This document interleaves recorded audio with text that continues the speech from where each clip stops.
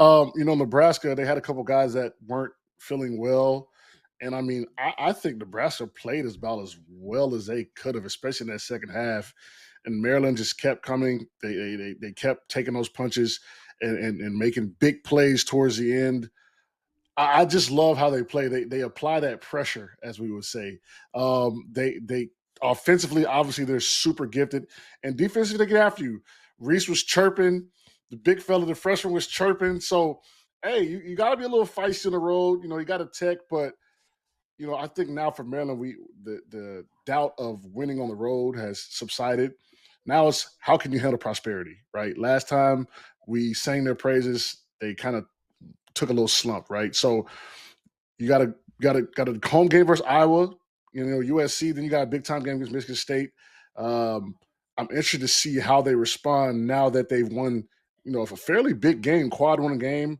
I saw they were predicted a 7 seed. I mean, that's probably the best 7 seed in the country if they're going to be a 7 seed in the NCAA tournament. But I love what I saw tonight, man. Just overall, just a hard fought, gutsy, just one of those road wins when you get back on the plane, you sit back and you really enjoy it, and it's a team building win.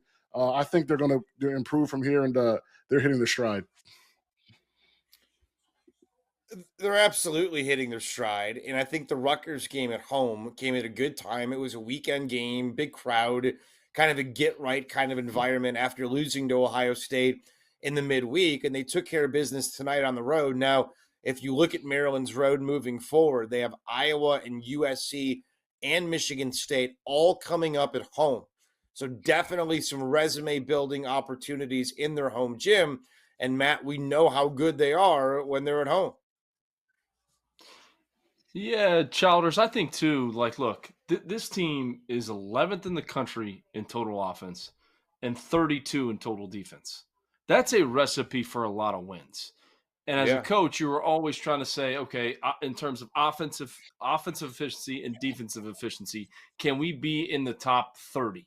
Well, they're trending right there in terms of defensive, like one of the best defensive teams in the country, and they're already there in offense.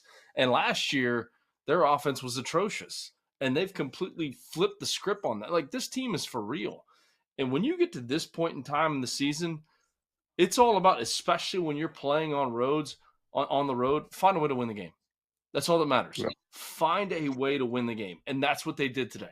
You can escape out of there with a half a point win. It does not matter. Just find a way to win. And that's exactly what they did today. But this is a team, the way they're built, the way they're playing on both ends of the floor, and how battle tested they're going to be because of the Big Ten. I mean, this is a team that could make, definitely a second weekend appearance in the NCAA tournament, but I would not be shocked if this team can get to the Final Four. They've got an outstanding coach in Coach Willard. He's kind of righted the ship here at Maryland, especially coming off of last season when they were so bad on the offensive end of the floor. I mean, this team's for real. I mean, this is a really, really good basketball team, and the numbers, show that. But the fact that look, find a way to win, no matter what, especially on the road. We're in the dog days right now, and Henson knows that.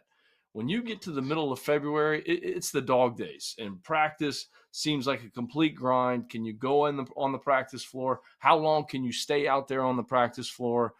I mean, it seems like games are coming nonstop, and the teams that find a way to win championships are the teams that find a way to win on the road at this time of the year.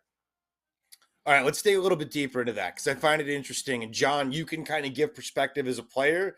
And Matt, certainly, I mean, you were a head coach. You were on championship teams as an assistant. You've seen. So you talk about this time of the year, it's the dog days, but you got to find ways to win. And if you look at Maryland, I mean, Nebraska was right there in the last couple of minutes. They kept scratching, kept clawing. Maryland found a way, and they kind of hit that accelerator, that little boost button, if you will. If you think about a video game when you can kind of hit turbo when you're driving that car, when you're at like Chuck E. Cheese or whatever, and you can hit the turbo button, they kind of did that at the end. Now, let me ask you this, because I think there's great teams that do that. They can be in these tight games against maybe lesser teams or teams that are equal, and they find a way to kind of hit that turbo boost at the end. And you know what I'm talking about. John, you had Carolina teams that would do that at the end of games. Close game, you kind of pull away. what happens? Is it just a moment in time where you're like, listen, we're not going to lose this game? Is there a conversation that happens? Take me inside the player mentality when you realize you just, as Matt said, you just got to find a way to win. Yeah, I think it starts with your guards. Those guards made some big time plays, big time finishes down the stretch. Never a rattle. Miguel hits the floater to kind of ice the game, which kind of we haven't even really talked about. But he misses that, right? Nebraska has a chance to tie, and we don't. We may not be sitting here saying Maryland won. So they just got two or three guards that are just. I mean, they're dogs and they're fearless. And when you have that type of guard play, it just instills confidence in the whole team. And then you've got the big fella Queen down there who's 24-10, playing like a third-year guy. I mean, he is a pro if I've ever seen one. Just a savviness, how he puts the ball off the glass, the pass across court to get the final shot for Miguel. They talked about it on TV. They said they might have a top 5 starting 5 in the country. And I tend to believe that the bench is the issue, right? That nobody really played, had That's 0 the points issue. off the bench.